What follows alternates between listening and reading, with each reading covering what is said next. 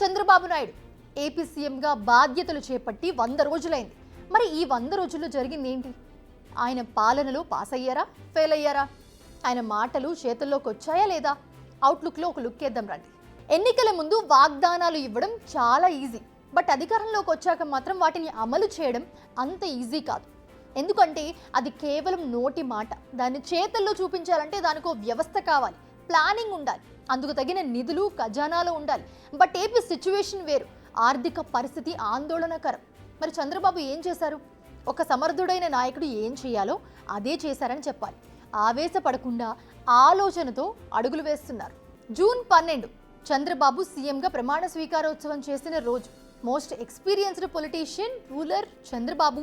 అలాంటి చంద్రబాబే ఇప్పుడు ఏపీ ప్రజలకు చాలా కొత్తగా కనిపిస్తూ ఉన్నారు. వెల్ఫేర్, డెవలప్మెంట్ ఈ రెండింటిపై ఫోకస్ చేస్తూ ఉన్నారు. అధికారంలోకి రాగానే వృద్ధుల పెన్షన్ను పెంచారు.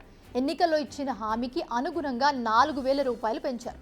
పెండింగ్తో వాటితో కలిపి మొత్తం 7,000 రూపాయల పెన్షన్ అందించి రికార్డు సృష్టించారు ఆయన. అది కూడా ఎలాంటి వాలంటీర్లు లేకుండా. ఇంకో హైలైట్ ఏంటంటే 1వ తేదీన హాలిడే ఉంటే ముందు రోజే పంపిణీ చేసేలా ఆర్డర్స్ ఇచ్చారు. నెక్స్ట్ మెగా డిఎస్సి, ఇది కూడా ఎన్నికల్లో ఇచ్చిన హామీని. దీనికి సంబంధించిన ప్రక్రియ కంటిన్యూ అవుతోంది. ఇప్పటికే 16,000 పోస్టులతో మెగా డిఎస్సి విడుదలైంది. ల్యాండ్ టైటిలింగ్ యాక్ట్ రద్దయింది. ఫస్ట్ స్టేజ్లో భాగంగా 100 అన్నా క్యాంటీన్లు పనిచేస్తున్నాయి. కార్యకర్తలకు అందుబాటులో ఉంటున్నారంతా. వీటన్నింటికంటే ముఖ్యమైనది రాజధాని అమరావతిలో అభివృద్ధి పరుగులు ప్రారంభమైంది. చంద్రబాబు ఫస్ట్ 100 డేస్ పాలనలో మరో హైలైట్ నిధుల సేకరణ.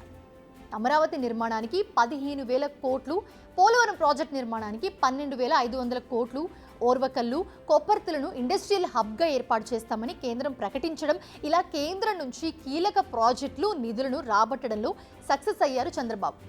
ఇదైనా ప్రోగ్రెస్ కార్డులో మార్కులను పెంచేశాయనే చెప్పాలి. అయితే సూపర్ 6 హామీలు అమలు మాత్రం కాస్త పంటి కింద రాయిలా మారింది. ఇప్పుడు ఏడాదికి రైతు భరోసా, తల్లికి వందనం, బస్సులో ఉచిత ప్రయాణం, ప్రతి మహిళకు 1,500, ఇలా కొన్ని హామీలు మాత్రం ఇంకా అమలు కాలేదు.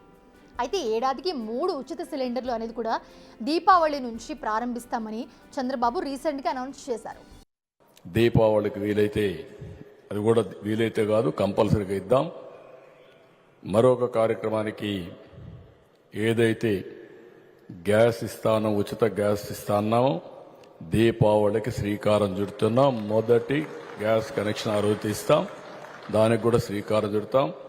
మిగిలిన మనం చెప్పినట్టు సంక్షేమ కార్యక్రమాలన్నీ కూడా 1 by 1 చేసుకుంటూ, ఇంకో పక్క అభివృద్ధి కార్యక్రమాలను కూడా స్ట్రీమ్ లైన్ చేసి ఘాట్లో పెట్టే పరిస్థితి వస్తుంది. ఇవన్నీ చేస్తాం.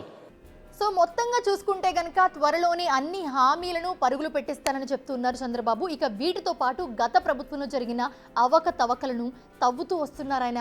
ముంబై నటి కేసు కావచ్చు, వివిధ శాఖలను ప్రక్షాళన చేయడం కావచ్చు, అవకతవకలపై విచారణకు ఆదేశించడం కావచ్చు, ముఖ్యంగా వైసీపీ హయాంలో టీడీపీ నేతలను ఇబ్బంది పెట్టిన వారి భరతం పట్టే విషయంలో కావచ్చు, దాడులు, కబ్జాలు, మైనింగ్, మద్యం అక్రమాలు, ఇలా అన్ని తవ్వి తీసేందుకు కూడా ఎక్కడా వెనకాడడం లేదు ఆయన. ఇవన్నీ నానానికి ఒకవైపు అయితే బెజవాడ వరదలు మరోవైపునే చెప్పుకోవాలి మనం. బుడిమేరు దెబ్బకు విజయవాడ మొత్తం మునిగిపోతే 10 రోజుల పాటు అక్కడే నిలబడి సహాయక చర్యలను సమీక్షించారు ఆయన. విజయవాడ కలెక్టరేట్లోనే బస, పడవల్లో తిరుగుతూ ప్రతి ఒక్కరికి భరోసా ఇచ్చారు. జనజీవనం సాధారణ స్థితికి వచ్చే వరకు కూడా రాత్రి పగలు అనేది తేడా లేకుండా పనిచేశారు. టెక్నాలజీని ఉపయోగించుకున్నారు, ఆర్మీని దించారు, హెలికాప్టర్స్ని వాడుకున్నారు. ఇలా నిత్యం ప్రజల్లో ఉంటూ తనేంటో చూపించారు చంద్రబాబు. ఓవరాల్గా చూస్తే కాస్త లోటుపాట్లున్నా కూడా చంద్రబాబు పాలనపై తన మార్క్ను చూపించారనడంలో ఎలాంటి డౌటే లేదు. కూటమి ప్రభుత్వమే అయినా ఎక్కడా బ్యాలెన్స్ తప్పకుండా నడిపిస్తున్నారు. ఫ్యూచర్లో కూడా ఇలానే ముందుకెళ్లాలని, ఏపీ డెవలప్మెంట్ పరుగులు పెట్టాలని ఆశిద్దాం. బిగ్ టీవీ అవుట్లుక్ కథనాలు నచ్చితే వెంటనే బిగ్ టీవీ ఛానల్ ను సబ్స్క్రైబ్ చేయండి.